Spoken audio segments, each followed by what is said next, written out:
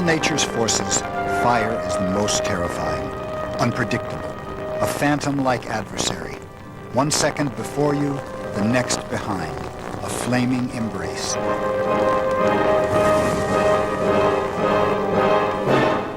Mike Conway is a cameraman. His beat, the Western fires.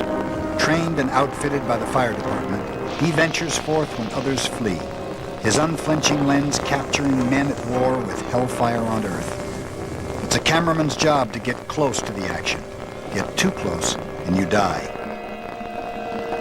They'd already lost some homes. It had already taken a toll, and it was only 20 minutes old. Tahoe, Nevada. A canyon fire rages out of control. The wind was playing a really dangerous factor in this fire, that it was doing what's called spotting, where it would jump up and the embers would ignite something a quarter mile away. It makes it very dangerous for the firefighters. I expressed my concern about a small spot fire below the road down by the llama ranch down there. I was concerned about that, and I wanted to get some sort of air support.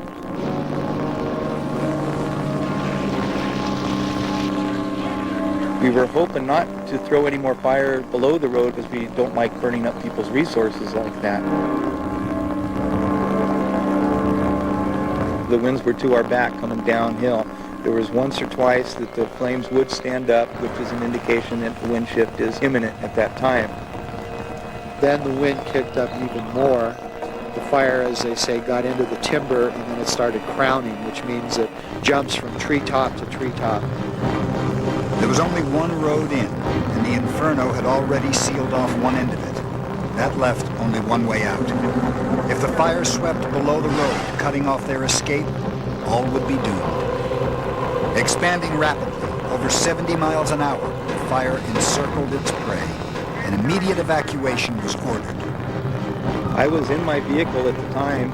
I noticed Mike come running down the hill. He says, "Let's get out of here, we're evacuating." I jumped into the back of the truck just because it was the closest truck to me and the farthest truck from the flame line. We made eye contact. I was making sure that he was back there and settled. I kept rolling tape, and I'm going, wow, the flames are getting closer. The flames are getting bigger. And I went to give it gas, and it was dead.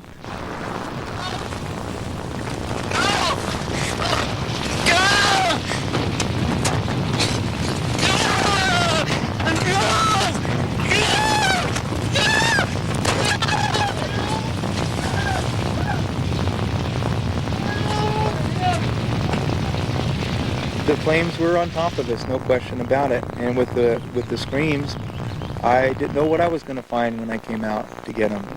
To try to describe it, considering it was only 35 seconds long, it was like listening to a twister. You can hear the ground crackle. The roar goes up as the flame comes towards you, and I can feel it pushing me down, just like in a wind tunnel. So at the last minute, I dove into the corner of the bed of the truck. I started yelling. I was kicking my feet, trying to get the embers off me.